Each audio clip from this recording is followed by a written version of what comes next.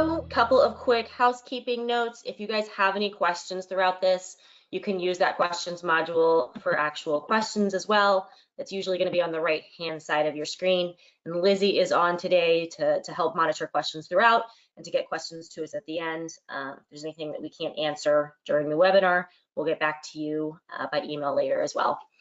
This will be recorded, so if there's anything that you want to go back to later, we'll send this out tomorrow by email, and then it also gets posted to our website. Just go to Knowledge Base and Webinars and Events. You'll see an on-demand version there tomorrow as well. So we're going to jump into race trends from 2023.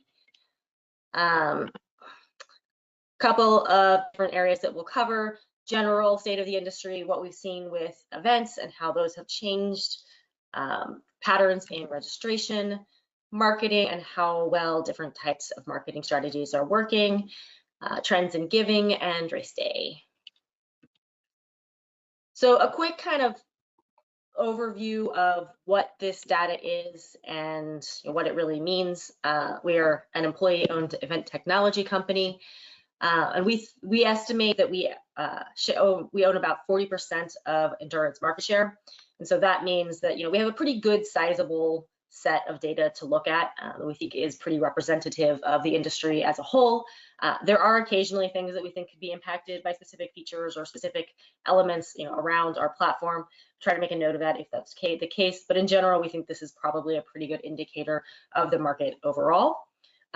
This year data is actually pulled a month offset, so it's from December of 2022 until the end of November 2023, and we do that because we'd like to have this ready in January to kick off the year with a lot of good information about the previous year. That's kind of impossible to do if we don't stop the data in December. And then we do also include some survey data from the 2023 Timer Market Survey. That'll be in the last section that we'll cover.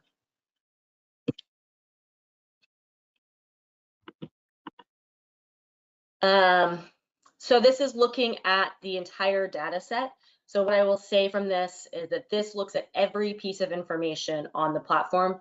In a lot of cases, we are sharing only, or we're looking at only a part of this data for a specific set of numbers. This gives you an idea of just how much data there is.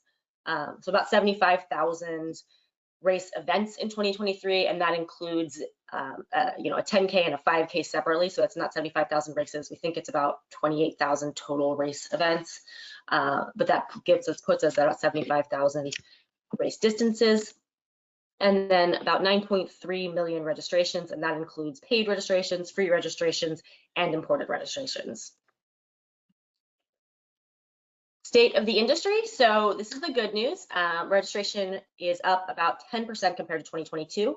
And what we do with this data is that we actually pull out only races that were on our platform in both 2022 and 2023.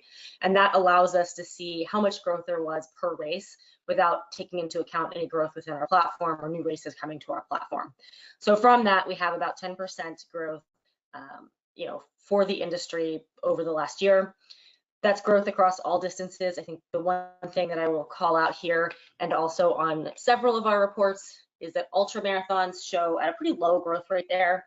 I mean, that's a little bit of a faulty stat there. The way that events are coded in the system as ultra marathons is anything over 26.2 miles.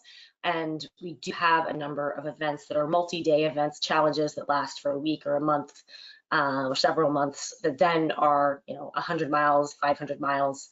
And because of that, they show up in the data as ultra marathons, but they're not really particularly similar to your standard ultra race. And so that does kind of throw that data off a little bit. Second piece of, I would consider to be good news, participation, again, against races that were on the platform in both years, 2019 and 2023. We saw participation down about 1%. I would consider that to be essentially even, and I'm excited about that for many reasons. But for me personally, I'm excited that we, in future years can stop having to compare to 2019 as well as recent years. So I think we can consider 2023 a little bit of a new baseline to move forward and to really start thinking about growing the industry again instead of just thinking about recovery. I think also the second point that I'll note is a little bit encouraging here is that the highest growth rates we saw last year were at the end of the year. So August, October, November both saw really good growth. And I think that is a sign that it is, potential that registrations were not just fully recovering last year, but that they were actually starting to increase, and that we could continue to see some increases going into 2024. Regional participation, I get a lot of questions about how participation looks in different areas. We've done this before state by state, and honestly, as you start to get down to that granular of data, I don't think it's all that useful, because a single race can really throw off the numbers when you're looking at such a small sample size. But I did pull regional just to see if there's anything major that stands out. And this, from what we can see, the variation, there's a little bit of variation, but typically about 3 to 9% growth across all regions. And so that tells us that, we're seeing pretty good growth everywhere. It's not really isolated in one specific area. The one piece that I think is worth pointing out, and that I think, is going to impact people really differently, is that races of different sizes are seeing different rates of recovery and growth. And obviously this is not going to, apply to every race. There are large races that have grown a significant amount. There are small races that have struggled, but on the aggregate, what we see is that the smaller races have done a lot better. So, races that are under 500 runners, we actually saw growth of about 14%. But since compared to 2019, mid-sized races, 500 to 5,000 runners, were about 5 to 7% down compared to 2019, and our largest races, over 5,000, were about 16% down. And what that says to us is that there's definitely a shift in how runners are engaging with races. I think there's a couple of reasons that we could point to. One is certainly cost and travel. We've seen a lot of increase in inflation and in prices for traveling, which is typically going to impact large races that relied on people coming from out of town. And even if that race price isn't so high that the runners aren't willing to pay it, they may not be willing to pay for the flight and the hotel to do the event. I do also think there's just some level of those big races were races that people looked forward to, put on their calendars years in advance, really had traditions built around, and some of that just got broken during COVID, and as people's schedules shifted and changed. And so rebuilding that type of public awareness is going to take a little bit of time.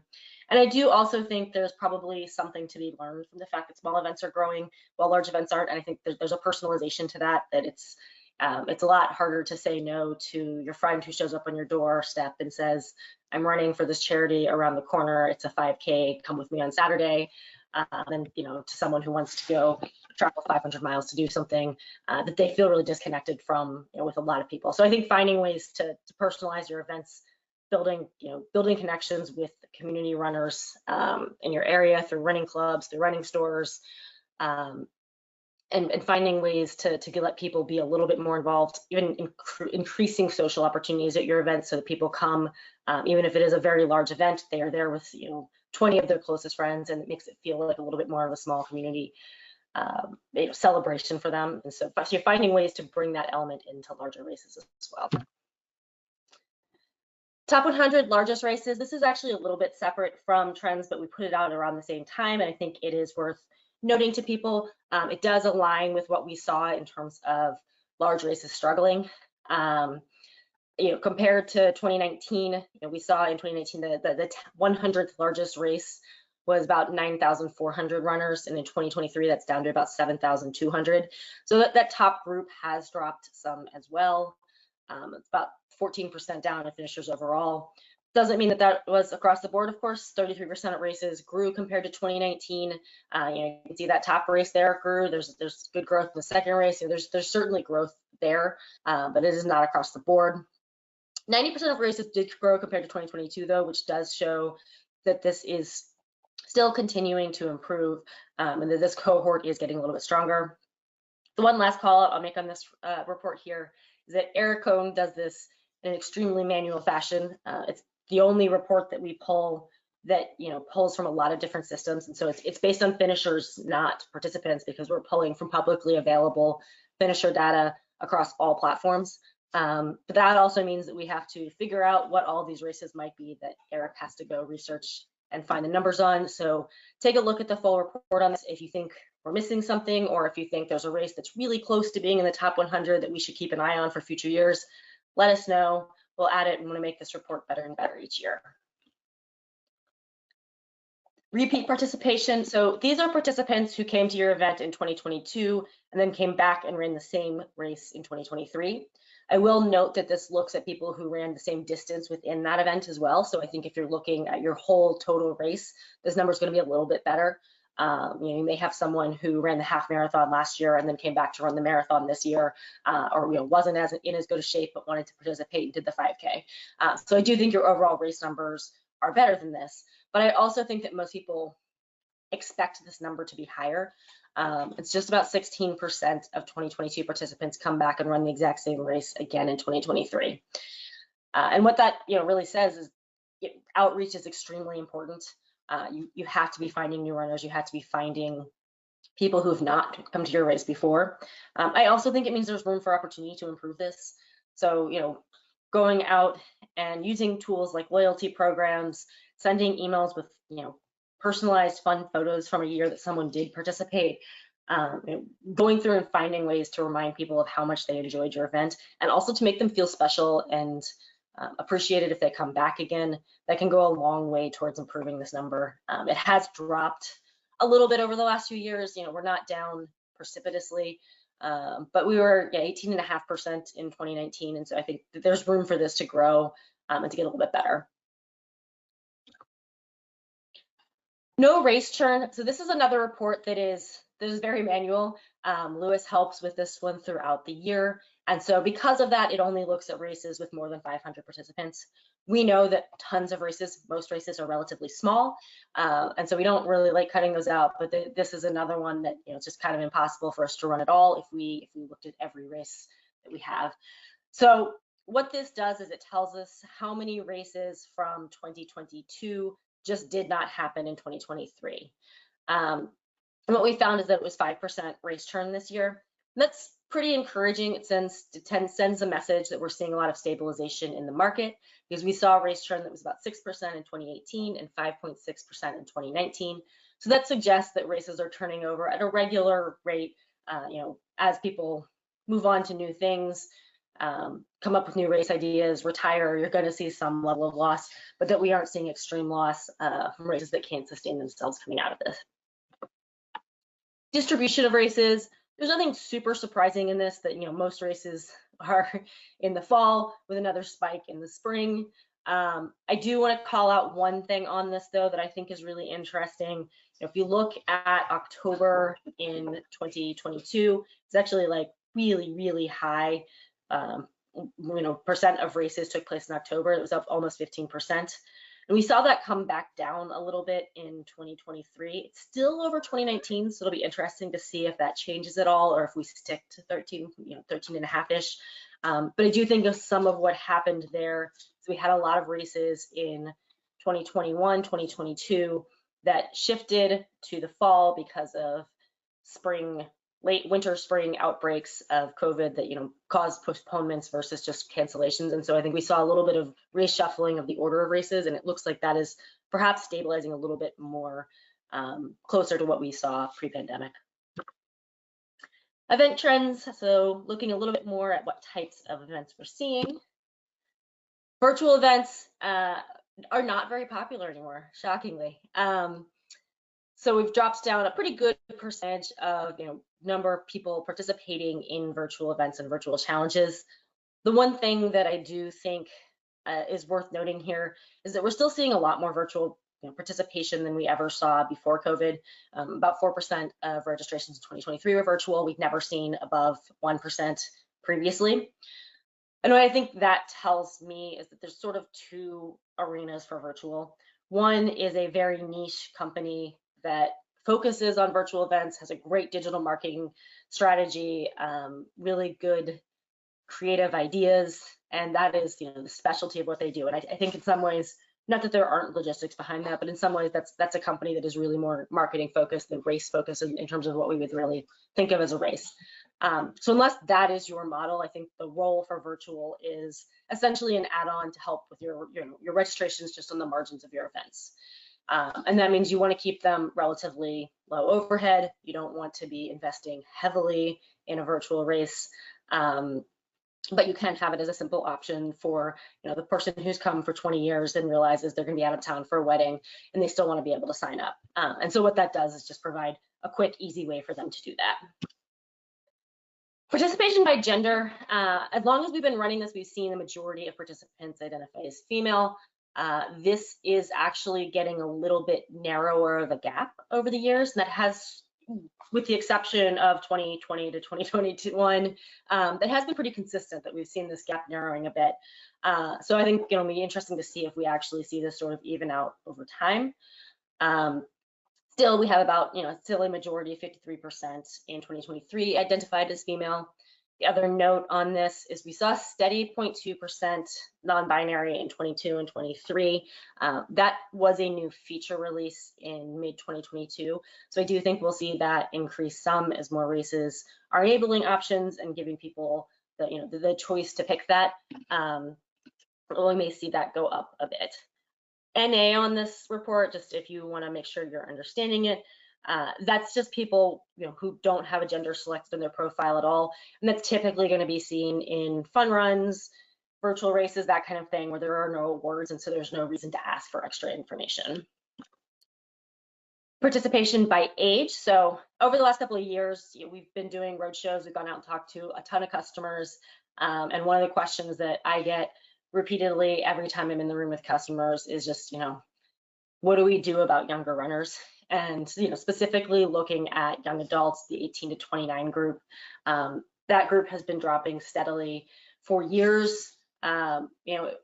We finally saw a bit of an uptick this year, which I'm slightly encouraged by. But I think we want to still be a little bit cautious about it. In 2016, 2017, 2018, we were seeing 18-20% of participants in that 18 to 29 group. So this stat had been dropping steadily before we even got to the pandemic, and then it was a group that did not take kindly to virtual events. So we lost a lot more during that section. We are back up to about 15% of participants in that age range, but I think there's still some work to be done, and I think a lot of that comes in being a little bit more creative about the way we think about marketing and also our event concepts. So in terms of marketing, we talk a lot about email. I think email is extremely important, but I'm not sure that that cohort is always checking their email and responding to email marketing. They're also not looking at your Facebook ads. So finding ways, through technology to reach groups like that.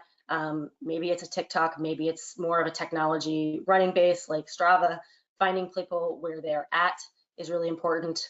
I also think that we have repeatedly seen in surveys, both by the running industry and also just generally, about Gen Z, things they respond to really strongly are social opportunities, experiences. So making sure that you have opportunities for people to participate as a part of a group, that they're coming to your event and getting to do things with friends, putting that really front and center in your event is important.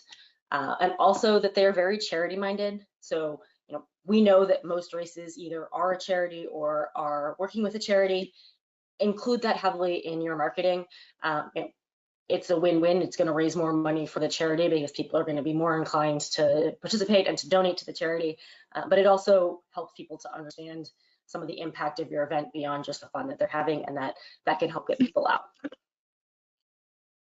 Race sizes. So I really like this one because I think as an industry, we tend to talk a lot about the Boston marathons and the large events that are out there that, get a lot of press and are seen and publicly viewable. But most races aren't like that. Most races are quite small. And so this looks at entire race weekends, and within that, only 0.4% of races that we saw in 2023 had more than 5,000 participants. It's a very small percentage that are even what we would consider, somewhat large races. And that also means that, while obviously they're big, so they get a lot of participants out there, most of the market isn't going to those events. It's about 12% of participants were, at a race that had more than 5,000 runners. So most of what the running industry experiences are more of those mid-size events. And it's really important that we create really good experiences and events like that, because that is generally what runners are going to see and what they're going to think of as race day, more so than they are, your massive 20,000 person event. Registration trends, what has shifted this year? So I love this report because I get told every year that procrastination is getting so much worse and everyone wants to register on race day now. And just the numbers don't entirely bear that out. This report has been remarkably steady pre-pandemic, through the pandemic, and now we're 25% of registrants register on race week. That has been between 24 and 26% every year that we've done this. So we have a pretty steady note that about a quarter of all of your participants are going to want to register on a race week. That has remained quite consistent. I will say that varies really pretty significantly based on the distance that your run is, for obvious reasons. If you're running a marathon, there may be more travel involved. There's definitely more training involved. You're going to want to commit to that a little bit earlier. A 5K tends to get people who are more local, and people who have already done 5Ks know they can do a 5K and might sign up a little bit later and wait to see what the weather's going to be. This is obviously just a graphical or a visual version of this. There are full numbers for each distance in the actual report that is online. We'll send out the link to that, but you can also find it anytime at RunSignup.com/trends. So if you want to see the exact numbers of what you should expect for 5K, 10K, etc., you can see those there. I will say, I mean, this little curve that we have here, it's another one that stayed pretty consistent, and it looks like it's pretty consistent across all, and that there's a big spike early registrations, kind of die down for a little bit, get a little bit of a mid-cycle hump. Often that's where a price increase may be, and then die off until you hit about 2 weeks before the race, the final race week, you get another big spike. There's definitely a big variation here. Marathon runners tend to see a ton of early registrations. 50% of marathon runners register more than 3 months out before race day. On the flip side, 5Ks are quite late. About 63% registered within the last month. So there is a lot of variation there depending on your distance. Average prices. So I think another one that will not surprise anyone is that we have seen prices go up a pretty good bit in the last couple of years. So we do see now prices that have increased compared to last year and compared to 2019 across all distances, with again that exception for ultra, because virtual races are continuing to sort of keep those artificially low in average. I don't think this can tell you exactly what your race price should be. I was just at Running USA last week and did a version of this, and talked to a race director after, who was like, that 5K price, like nothing in my area is $30. Everything in my area is $40, $50. And that's absolutely true, that it's an average. So this is taking into account races in wildly different places. But I think it's important to know that race prices are increasing, and that it's okay to price your race what it needs to be to make ends meet, to pay your staff, to pay yourself. People are still continuing to register for races despite the fact that these prices have gone up, and it is not so drastic that you should be that worried about it. This is looking at the average price for each race. So if a race starts at $20 and the final price is $30, then this would be pulling 25. For some races, there's only one price. But if there are multiple prices, then this is looking at the average price throughout their cycle.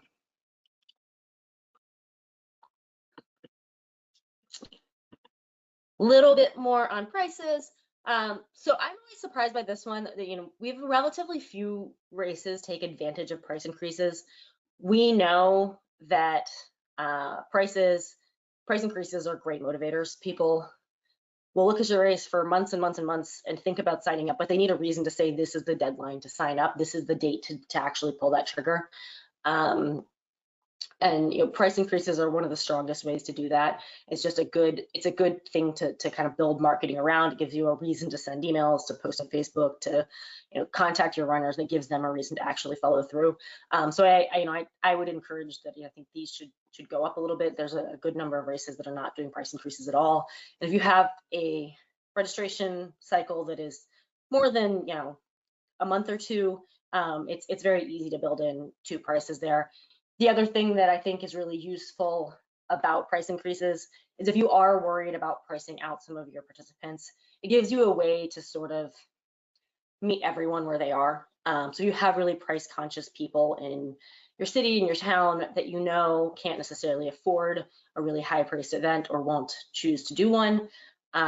This gives them an opportunity to register really early and pay a really good price, and you can market that to them as like, this is your opportunity to get this at a discount and at a really good value. But it also means that, you know, for that 25% of runners who are going to register on race week, no matter what you do, you can bump that price up a little bit more, and kind of make up for the low prices that you had to put out early, and make people both happy. It helps you to get people in early and late. Maximum and minimum prices, just sort of a look at how big of a difference there is, a gap, you know, what the gap is between the early prices people put out and the late prices. Obviously, the more expensive the race is, the larger that gap tends to be, because there's just more room to build as you're going up. Pricing incentives, this is sort of what I noted there. You know, 26% of all registrations take place within a registration close or a price increase. And that's, you know, that's a significant number when you're talking about, you know, registration that's open for 4 months, and this is looking at, you know, 9 days or such. It's a big difference. And so just making sure that A, you're using pricing incentives, and B, you also are sharing that widely and calling out that price increase at every opportunity. I think that's all I had in pricing in here. But if you do want to look at, you know, average low prices, average high prices, kind of what the different ranges are on distances, we do have all of that online as well. Giveaway sizing. So this looks at the shirts that you give away for free on our system. And I call this out here, you know, I mean, it is sort of useful. Obviously, again, this is one that's going to vary. A small charity walk may have different sizing patterns than, you know, you see from like a really fast mile race. But, you know, it gives you some idea what types of size ranges we see. I do note about 3% of races set up female specific shirt sizes.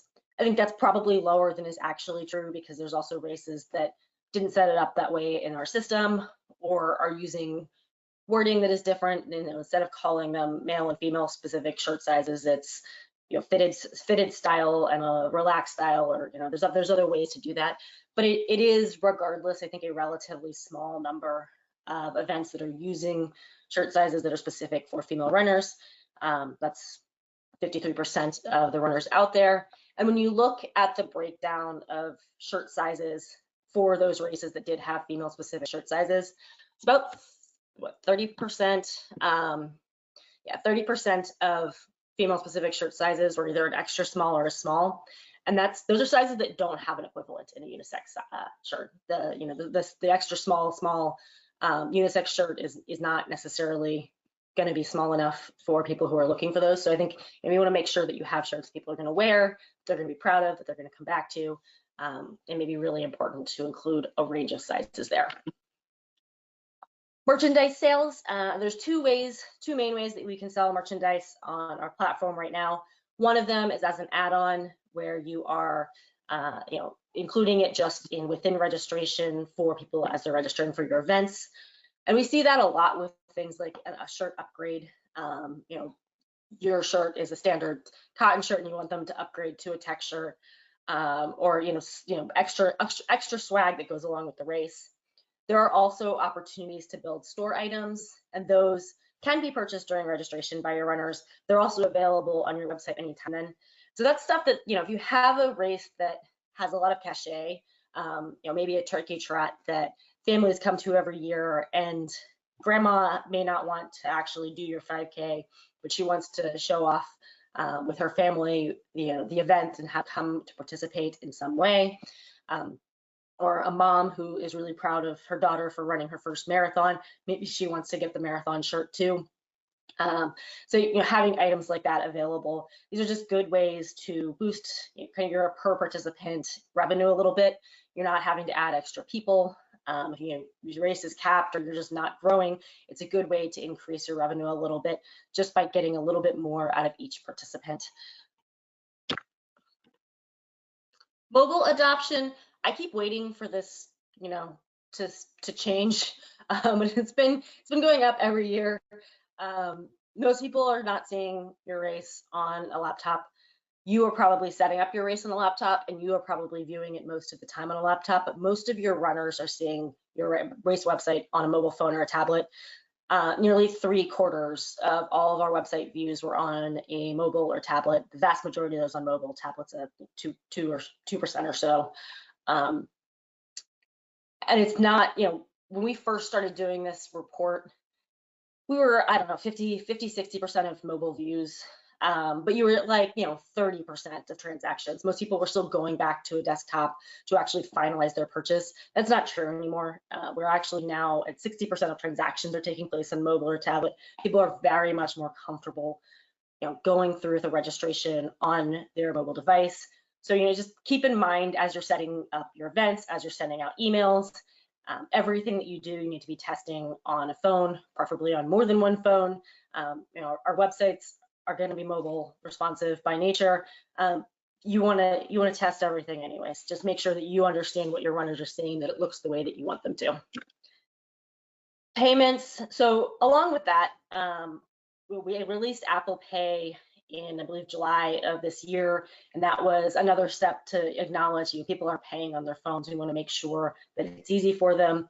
And 80% of our mobile traffic was from an Apple device. So you're not hitting every single mobile device there, but most mobile devices are Apple devices and are likely to have Apple Pay set up. So it's making another way for registration to be really easy for that group. Along with that, we've had saved credit cards since 2014, a long time. And so between those two options, having a saved credit card and having Apple Pay, that's 31% of participants paid with either one of those options. I think that just really highlights how important it is to people that they are able to check out quickly and easily so that they actually finish the transaction and you don't lose them because they get frustrated. They can't type their number in correctly, and they drop off and forget to come back later. Processing fees, the vast majority of participants pay the processing fees. This has gone up, even ever so slightly over the years, but 93% of processing fees are paid by registrants. You always have the option if you want to absorb them or have registrants pay them, but I think it's worth noting, and these aren't Ticketmaster fees. Processing fees for events like this are expected.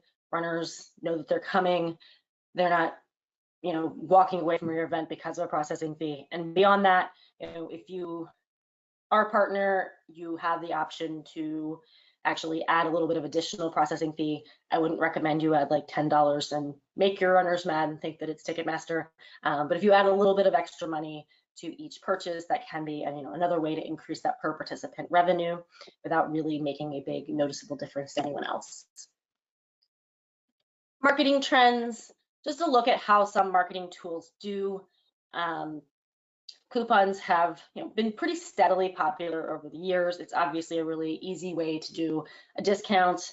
The kind of two notes here are, one, you never want to over discount your event with coupons or with any other options, just making sure that if you're using something like coupons, it's really targeted and specific and you have a reason to be using it then. It's very time limited. So it's getting people to register during that really specific period. And then, people know that it's not coming again later, so they're not waiting to see if they can get another discount at a later time. The other thing is, the average coupon, and this is taking out anyone who had a 100% coupon, because that's typically going to be someone that you're comping because they volunteered or, for some other reason, they're a sponsor. So if we take out those 100% coupons, the average coupon is about $12.65. So you don't need to be discounting massive amounts. You can do this relative to the cost of your event and make sure that you're not over discounting and actually costing yourself money by getting more participants in. Referral rewards, we love referral rewards, and we've seen this in enough races to know that they work. The way that this works is that when a participant registers, if you have this enabled, they will get a specific tracking link they will, that link will be in their confirmation email. It will be on their screen when they finish their registration. They can share that with their friends and their family, and anyone who registers with that link, they're credited with. So typically what we see is a nice threshold of around five registrants, 5 referrals will get them a $20 discount. So if I referred 5 of my friends, when that 5th person registers, I'll automatically get a refund for $20. And that's a little bit of a thank you to me, but it's also a reason for me to share the event.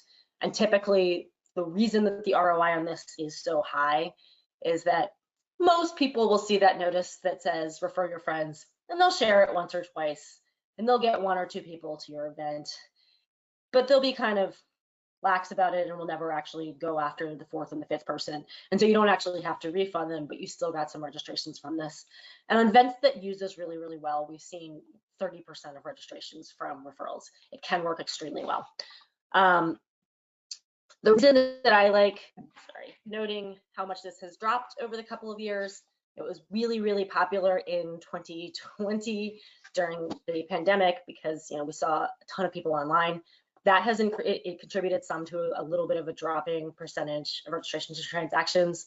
The other main thing that happened in 2022 is we actually put this on the final step of our wizard. So we are encouraging people actively to activate it.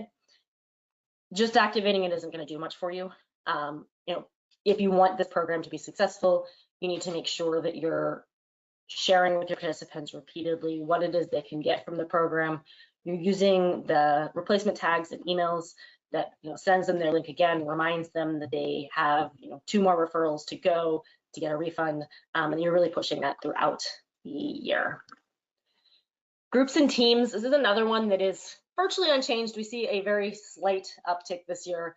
31% of participants join a team when it's offered. That's been pretty steady between 30-31 every year. And that doesn't have to be competitive. It doesn't have to be something that you really do anything around in terms of the race. Just having that option available does 2 things for you. One, it gives people an extra reason to say, hey, mom and aunt, come do this race with me. We can be a team together, and we'll get we'll make ourselves matching t-shirts, and we'll have a really fun day with it. And that, it's a reason for them to reach out to more people and to bring more people to your event. Secondly, it's just going to make their race day more fun. And a fun race day is a marketing tool in and of itself.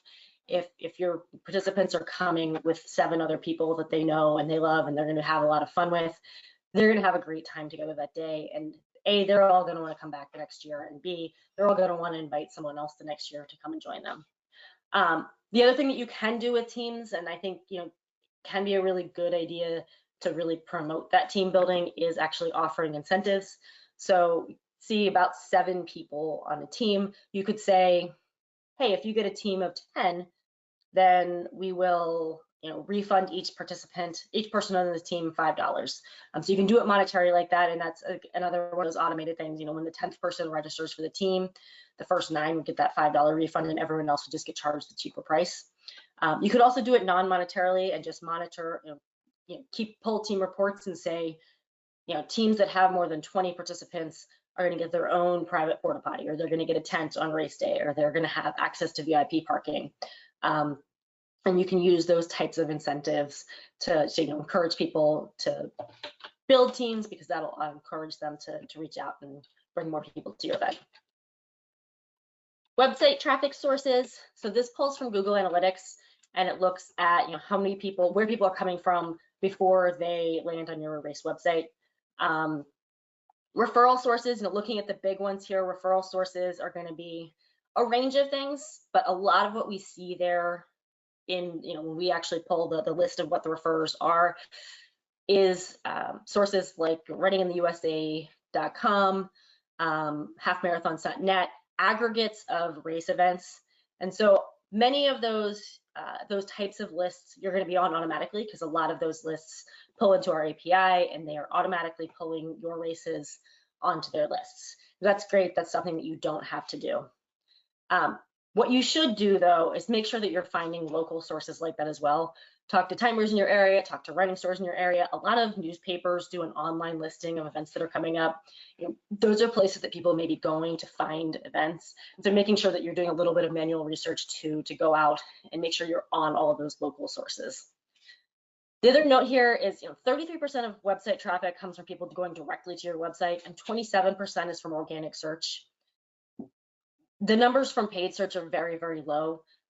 Most of the people who are finding races are finding either because they already know the race exists and they're going straight to their site, they're Googling specifically for that race, or they're Googling for a race in an area with a distance.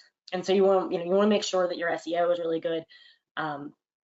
Our websites are built with a lot of SEO in mind in terms of finding your location, your race distance, your name, and making sure that those are really, really easily found by Google.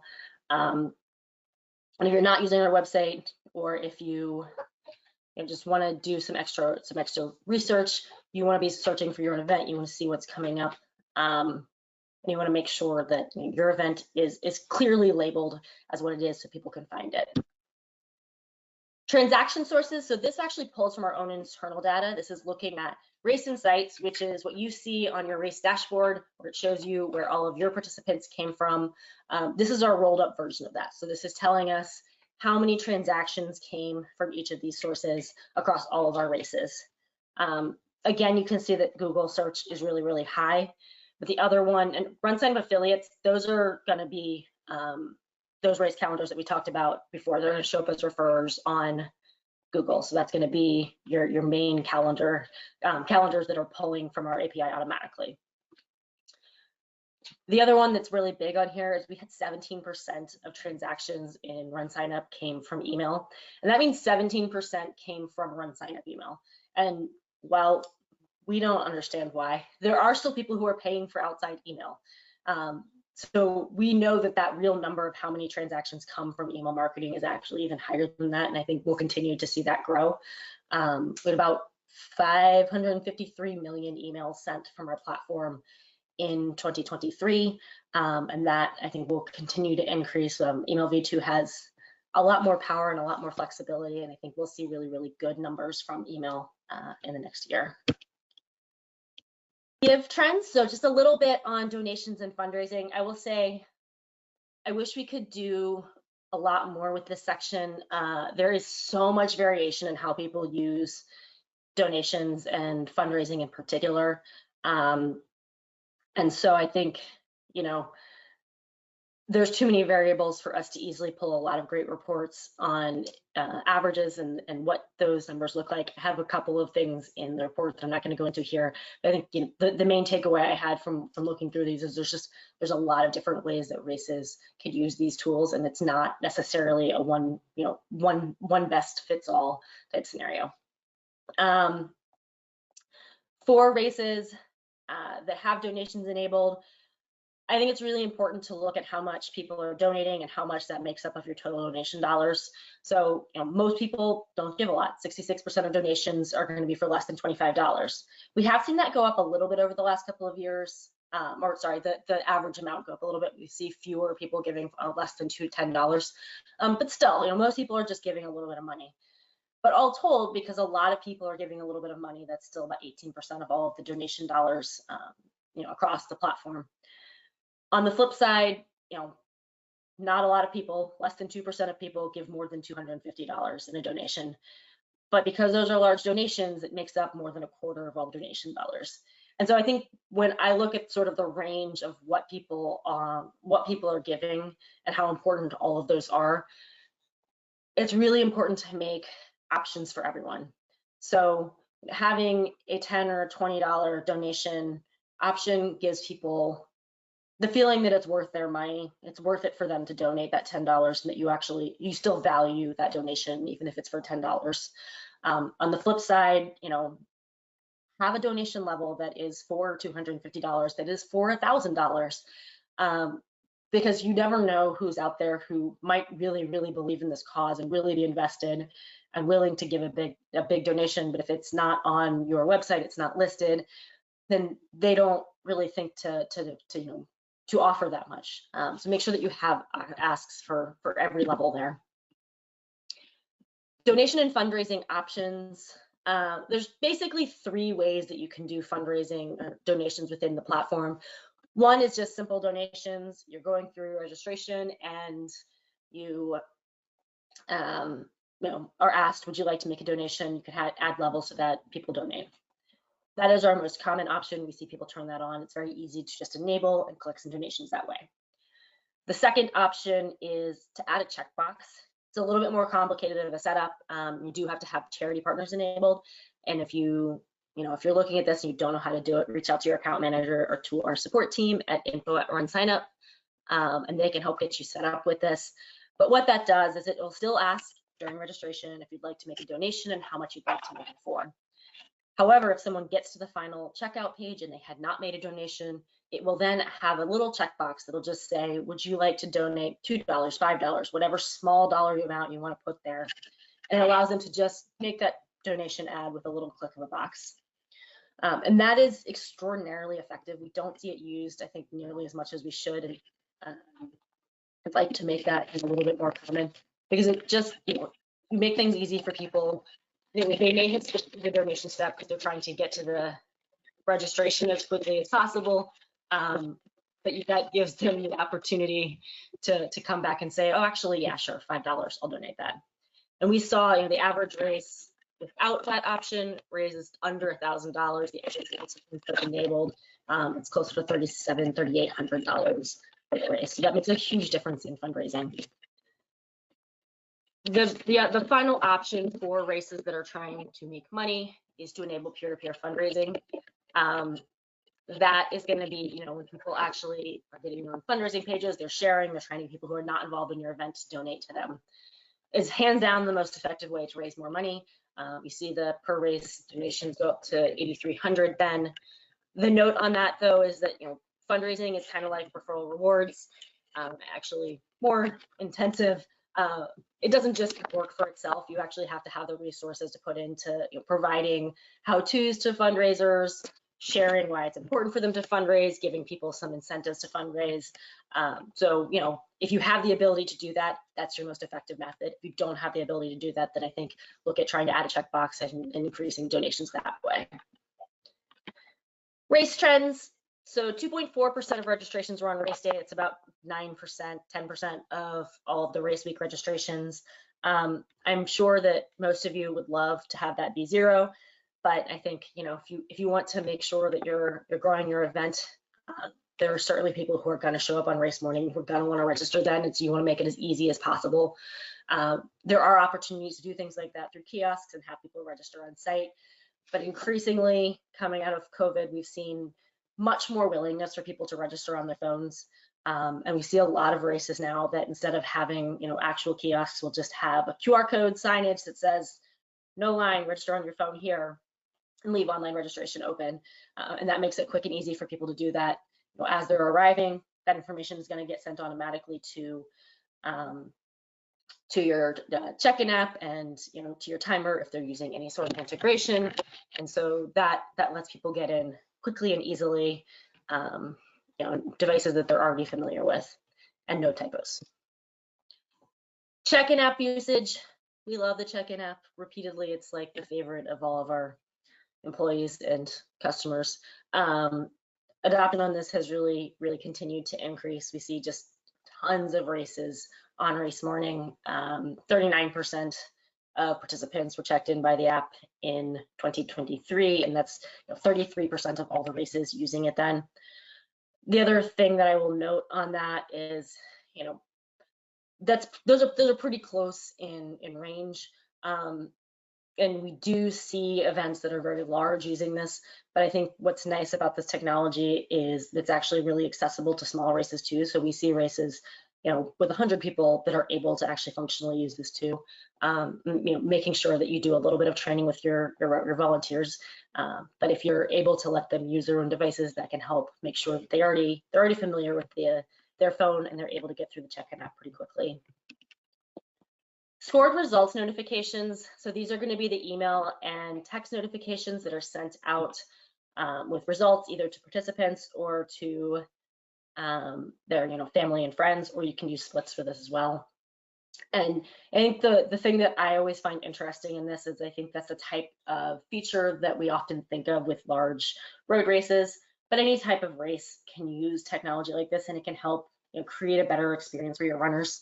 The majority of races that sent notifications sent fewer than 500, so these are not necessarily all massive races. And I think little ways that you can make your race feel big, even when it's not, can really improve the experience for all of your runners. Timing business. So this is pulled from our timer survey data. And I include this really, and I think there's one more kind of along the same lines. Timing businesses are exceptionally small, and on average, there are obviously a few. There are some that are larger, but in general, our timing companies are owned by a small team that's still involved. They have very few full-time employees. It's large percentage of them, 59%, have only one full-time employee. Most of their staffing is part-time or contractors who are coming out on race day and actually helping you on the site. And a lot of these timers actually also have more than half have another full or part-time job. And so, they're companies that are lean and working on pretty limited resources. And despite that, they do a ton. I don't think I had that one in here, but it's something like 50% of races, of timers timed more than like 100 races last year. I might be off on that one, so don't quote me on that, but it is in the report. But they're doing a ton of work, and they're also doing more than just timing. The majority of timers offer services beyond timing. So if you're struggling with something like registration, course setup, ordering things, ask your timer. It's entirely possible that they can do that for you. They work with a lot of races, so they're going to have a lot of best practices because they see it across a lot of events. And if they can't do it for you, they probably have a connection that can do it for you. So I think, use your timers as resources for any types of questions that you have, because if they can't help you directly, they're going to be able to tell you who can. I think that is it. That is all the things that I have on there. If there's stuff that I didn't cover that's in the report, you can find that online, and then we'll send that out along with the slides and the video tomorrow. Lizzie, do you have any questions that I can go through?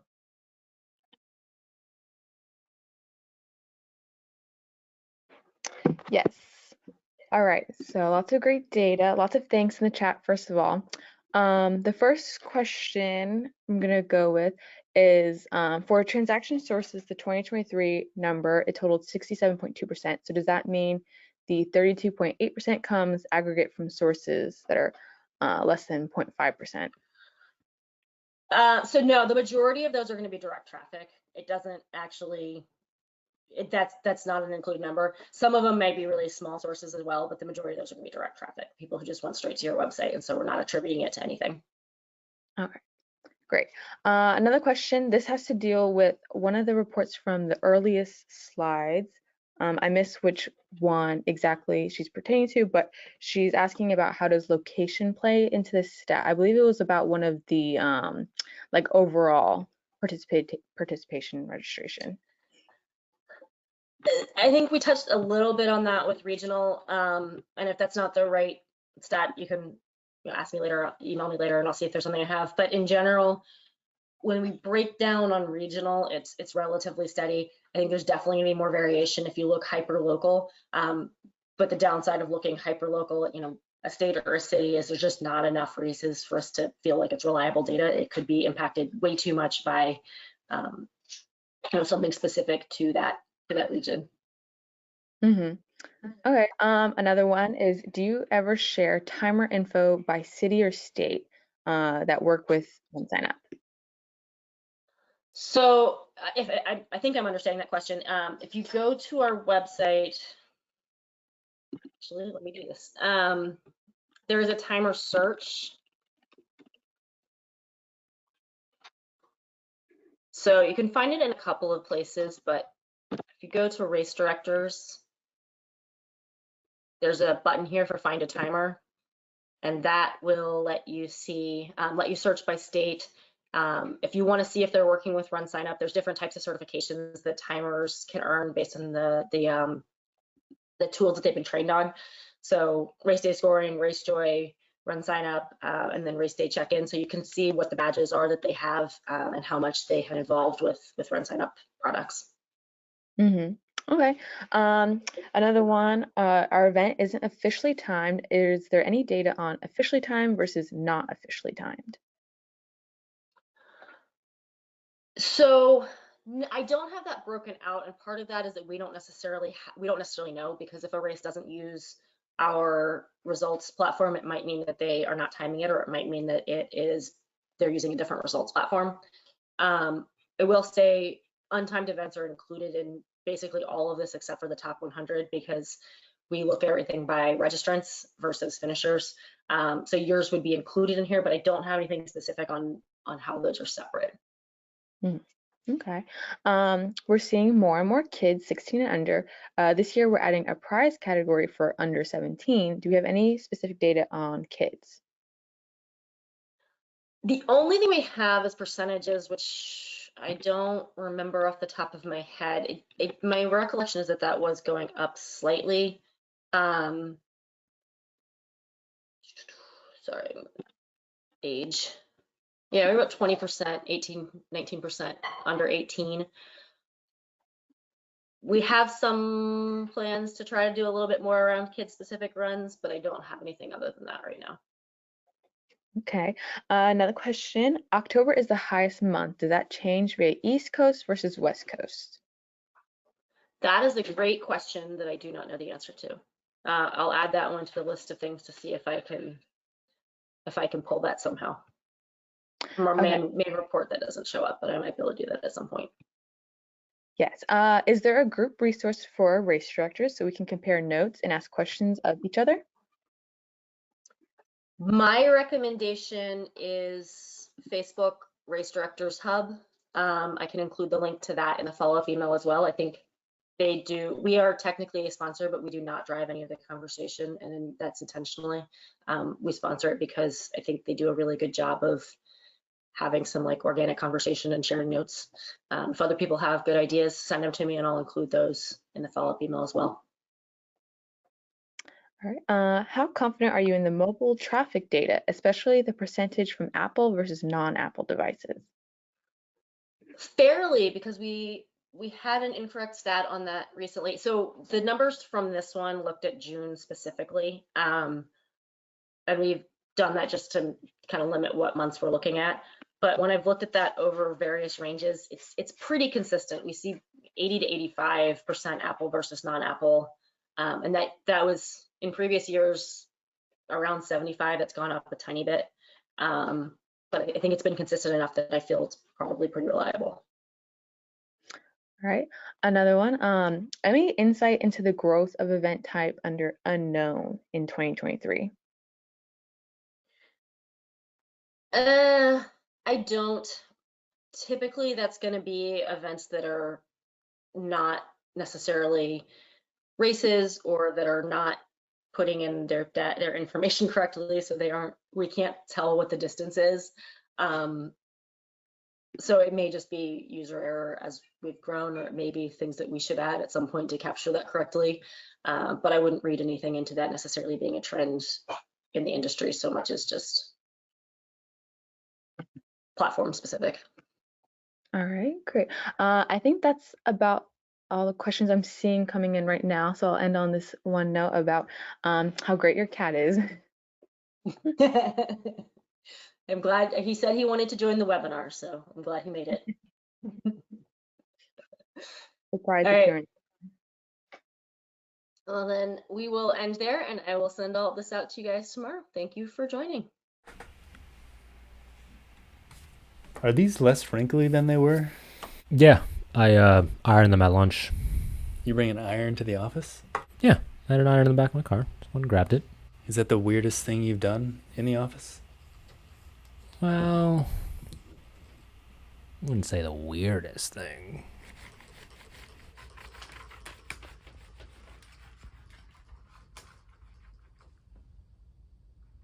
Did he say anything to you while you were ironing them? Yeah, he said like and subscribe because we post videos every weekday at 8 a.m.